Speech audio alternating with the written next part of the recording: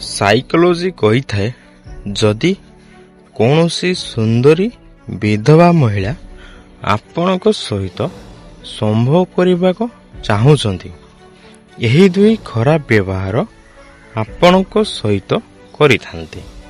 ତାହା ହେଉଛି ପ୍ରଥମତଃ ଆପଣଙ୍କ ସହିତ ଫ୍ରେଣ୍ଡସିପ୍ କରିବେ, ତାପରେ ଥଟ୍ଟା ମଜାରେ ରୋମାଣ୍ଟିକ୍ ଓ ସେକ୍ସ ଟାଇପ୍ର କଥା ହେବେ ଓ କଥା ହେବା ସମୟରେ ଆପଣଙ୍କୁ ଦେଖାଇ ନିଜ ସ୍ତନକୁ ବାରମ୍ବାର ଟଚ୍ କରିବେ।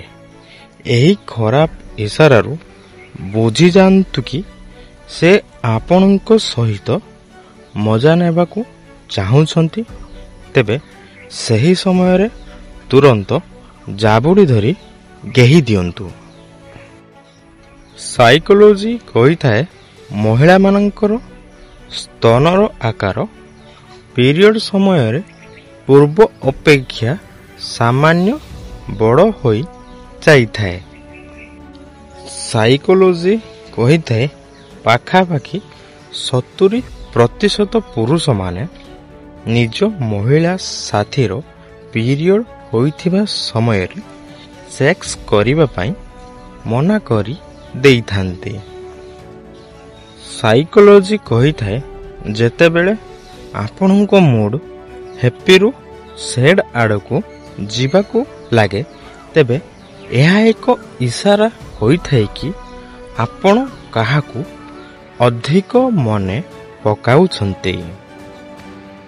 ସାଇକୋଲୋଜି କହିଥାଏ ଯେଉଁ ମହିଳା ନିଜ ସ୍ୱାମୀଙ୍କ କଥା ମାନି ନଥାନ୍ତି, ଏହିଭଳି ମହିଳାମାନଙ୍କ ଠାରୁ ସବୁବେଳେ ଦୂରେଇ ରହିବା ଉଚିତ, କାରଣ ସେ କୌଣସି ଜଣଙ୍କର ହୋଇ ରହିପାରି ନଥାନ୍ତି। ସାଇକୋଲୋଜି କହିଥାଏ ସାମୁଦ୍ରିକ ଶାସ୍ତ୍ର ଅନୁସାରେ ଏମିତି ସ୍ତ୍ରୀ ସହିତ ସେକ୍ସ କରିବା ଦ୍ୱାରା ଘରର ଖୁସି ବଢ଼ିଥାଏ, ଯାହାର ସ୍ତନ ଆକାରରେ ଗୋଲ, ନାଭି ଛୋଟ ଆକାରରେ ଗୋଲ ଓ ଗାଣ୍ଡି ପିଛା ସାମାନ୍ୟ ବାହାରକୁ ବାହାରିଥିବ।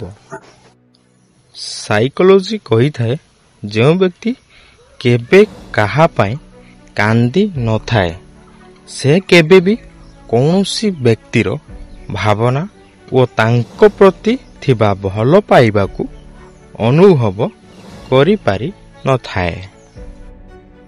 ସାଇକୋଲୋଜି କହିଥାଏ ଆପଣଙ୍କ ଶରୀର ଯେତେ ଅଧିକ ଥକି ପଡ଼ିଥାଏ, ଆପଣଙ୍କ ମସ୍ତିଷ୍କ ସେତେ ଅଧିକ କ୍ରିଏଟିଭ୍ ହୋଇ ଯାଇଥାଏ। ସାଇକୋଲୋଜି କହିଥାଏ ଯଦି ଆପଣ ପ୍ରଥମ ଥର କାହାକୁ ସାକ୍ଷାତ କରିବା ପାଇଁ ଯାଉଛନ୍ତି, ତେବେ ହାତରେ ଘଣ୍ଟା ପିନ୍ଧି ଯିବା ଉଚିତ, କାରଣ ଏହାଦ୍ୱାରା ଲୋକମାନେ ଆପଣଙ୍କୁ ଆପଣଙ୍କ କାମ ପ୍ରତି ଦାୟିତ୍ୱ ଅଛି ବୋଲି ବୁଝିନେବେ।